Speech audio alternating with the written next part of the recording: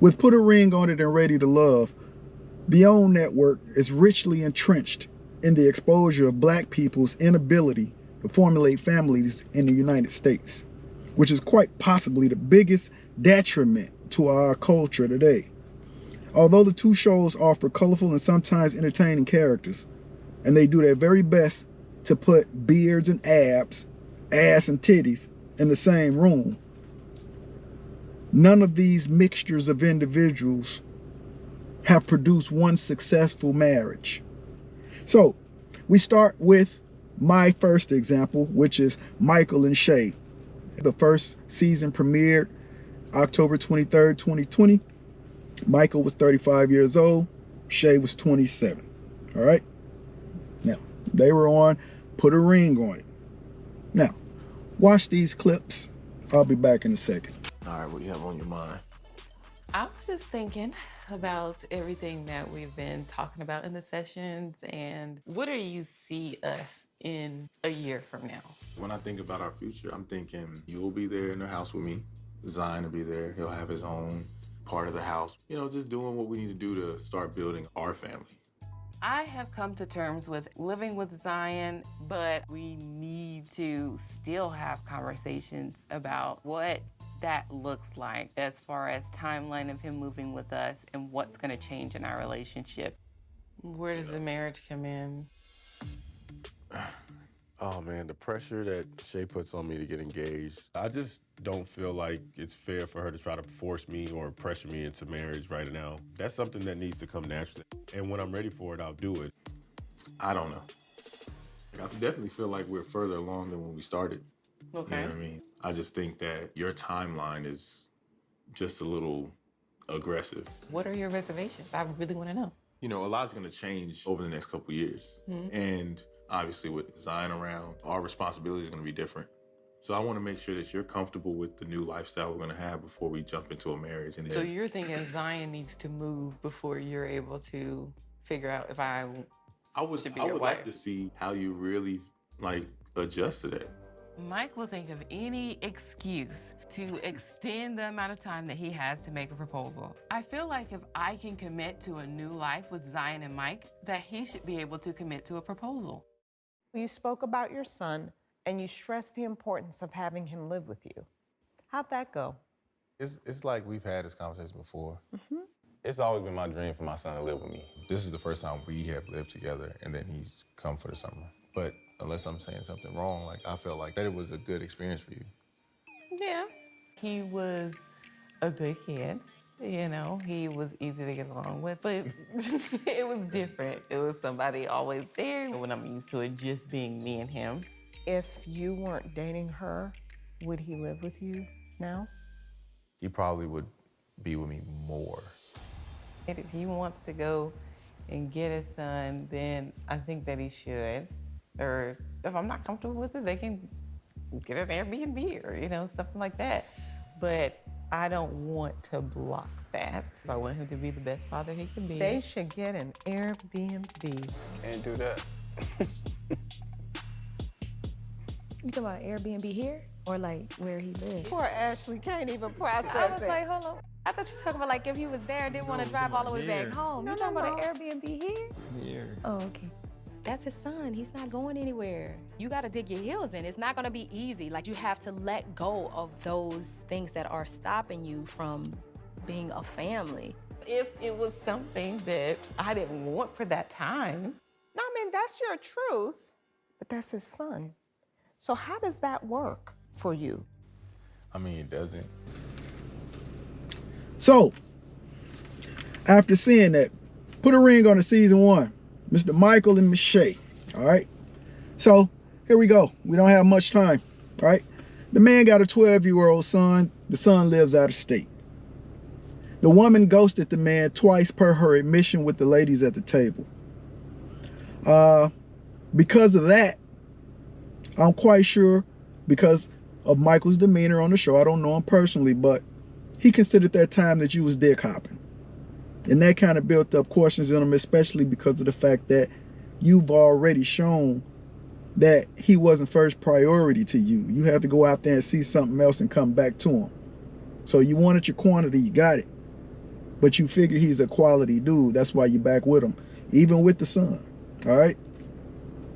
And it seems as though throughout that season, she is not the type of woman that wants children. All right. So he will have to negotiate with her.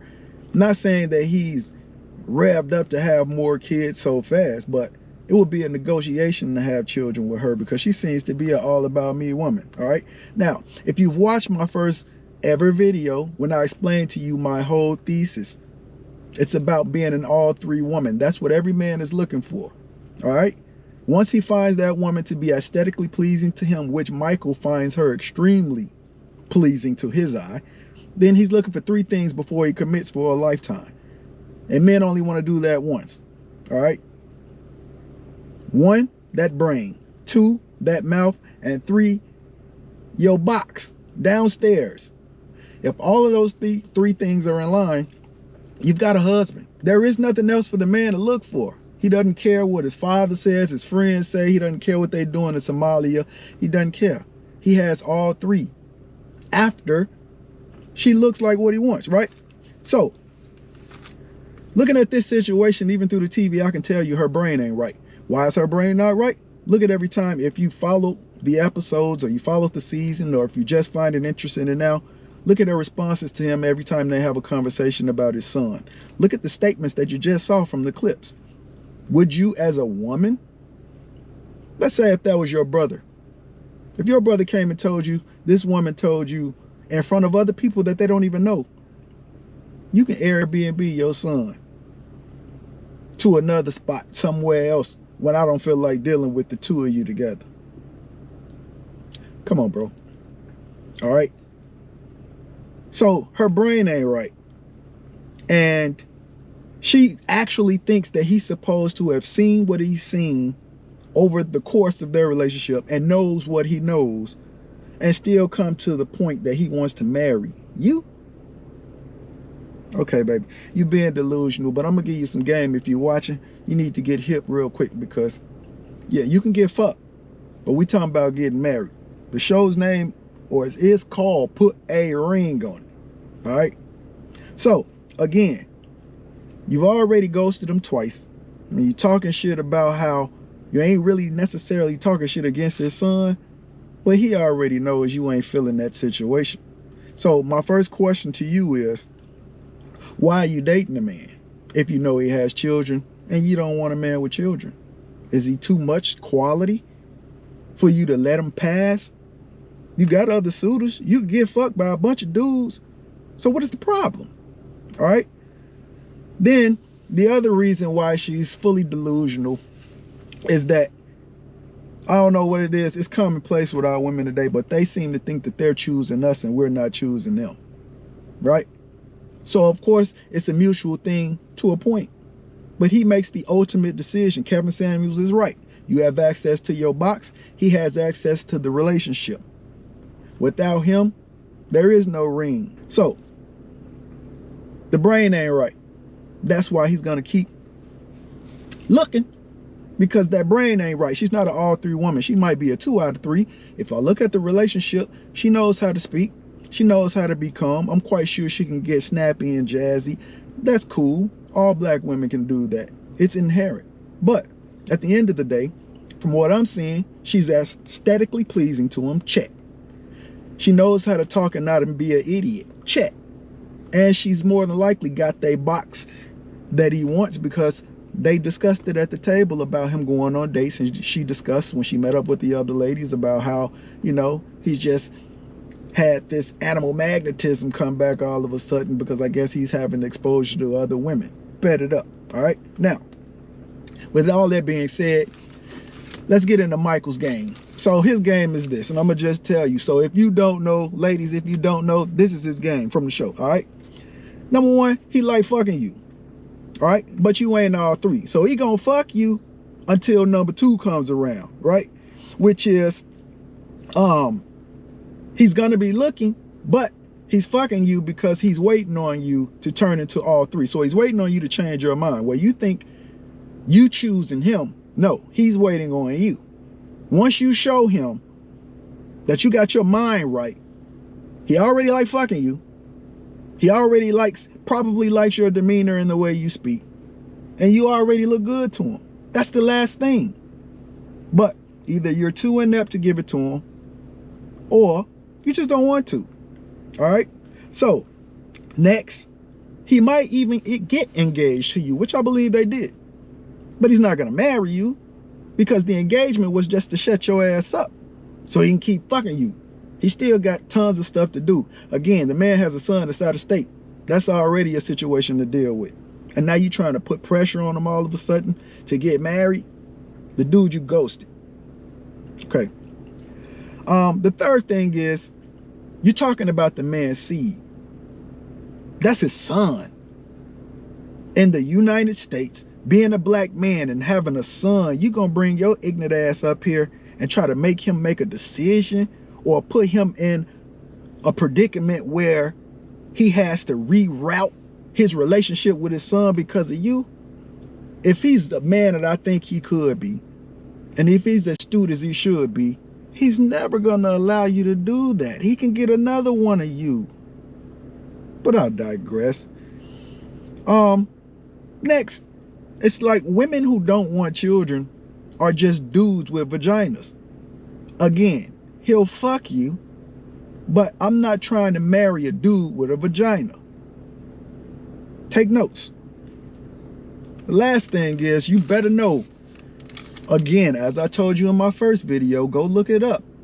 If you're not an all three woman, your man gonna be looking, and he gonna be looking all of the time. And guess what? You're on a show where the OWN network helps this nigga look for other bitches. If he's smart, he is already in mode, which from the show, he's already told the dudes, hey, I'm always on the fence with her. Why? One, because he knows that she's trying to beat that wall. Every woman, including Becky, because she was the lead at this whole design, before 30, I gotta get married. So I could take as many dicks up until about 27, 26, 28. Around that time, whoever I'm with, they gonna get all the gas. I gotta put all the pressure on them. And if they don't do it, then I'm gonna hit that wall and end up like this other bag of women talk about men ain't shit, men are this, because you can't get what you want. And as dudes, it's laughable. It ain't nothing to get upset about as a man, because you're a girl. That's what you're supposed to do. Get upset when you don't get what you want. But now dudes are really trying to penalize y'all ass. I'm married, so I ain't got to go through that shit. All right? Once you said what you said to him about the Airbnb with the son, me in particular, I don't care how much I like fucking you. You're done. You don't insult me on national television, publicly in front of other people that we still really don't know. And what you're telling me is that my son is an obstacle for you, and you're going to try to make it an obstacle for me. It's not happening. If you want a single dude with no children, why don't you go get that? You had your opportunity, but you came back to this dude. So it's like, hey, man, you keep saying you waiting on him, mommy, but sorry, he's waiting on you, and he's standing there. So it's up to you. At the end of the day, she's not it. So for Michael, he needs to find either a single woman who doesn't mind that he has a 12-year-old son, because she knows in a few years the son gonna be off to the military, college, working, or whatever. She can sustain that. He's big enough, she don't have to change Pampers and all that shit. So what really is the big deal about the shit? Or maybe Michael can find another woman who has one child, same as him. They can put that together and build their family that way. All right? So she's not an all three woman. She's a 2 of 3, right? Michael likes her. She looks good, but he's waiting on that brain. The way she thinks about family, he's not with that. Men don't want that. My last piece of information for the women who actually want a man, who want to be married seriously, not lesbians, feminists, trans, none of that shit. Because you're losing badly right now. All right? I got to give you a piece of game. Do you understand that Letty, Chung Lee, Becky, they train with each other for men like this? They do this for sport. I used to live in Cali, San Diego. If you've ever been to San Diego relationship-wise, it kills black people, especially black women. Black women in San Diego, ask my wife when you get a chance. You think you got competition in whatever town you in with other black women? Take your ass to LA or San Diego and let's see what you do. You think you a 7? You'll be quickly shown that you ain't shit but a 3.5, if that. That's just the way it is. The game tells you exactly what you are in California as a whole, whether you go San Francisco, San Diego, San Bernardino, I don't care where you go, all right? Now, Letty, Chung Lee, and Becky, they all in training to get your dues, all right? They go and they have cucumber and banana parties. They get their friends in certain clubs. They know the bouncer, they know the man at the door, they know the bartender. They know what clubs these NBA football dudes, or even just high class dudes, or just dudes that make over 70 G's a year. They know where they at. They know how to get to them, and they know what to say to them based off of you. They let their friends wear their clothes. They let their friends drive their cars to go on dates with niggas. They'll let their friends use one of their rooms to bring a nigga back from the club. This is all to take black men away from you because you're inept. The other thing they'll do is they'll become sidebar friends with you. At work, they'll switch their language up for your goofy ass and start talking black when you come in the room. I've seen this shit for years. And our women eat a million miles. You see 4 black women go to a club, they got that little one white ghetto girl. Who the ghetto girl fucking with? One of their brothers or some nigga that they've trained to take niggas. Because what the white girls and Asian girls and Hispanic girls who don't want to deal with their men, they'll come take your niggas because it's very easy. You gave them the playbook. You told them that you don't cook for them. You don't respect them. You really don't give a fuck about them. They're not going to be alone. And what you think? You finna go to their race and take their man? You out of your mind, bro. So keep it up. You're doing a great job. You letting all these other women infiltrate your shit. I'm going to just tell it to you like this. If Carrie Hilson is online begging for a nigga to pay her some attention at 38 years old, as fine as she is, what you think gonna happen to you? Like and subscribe. I'm out.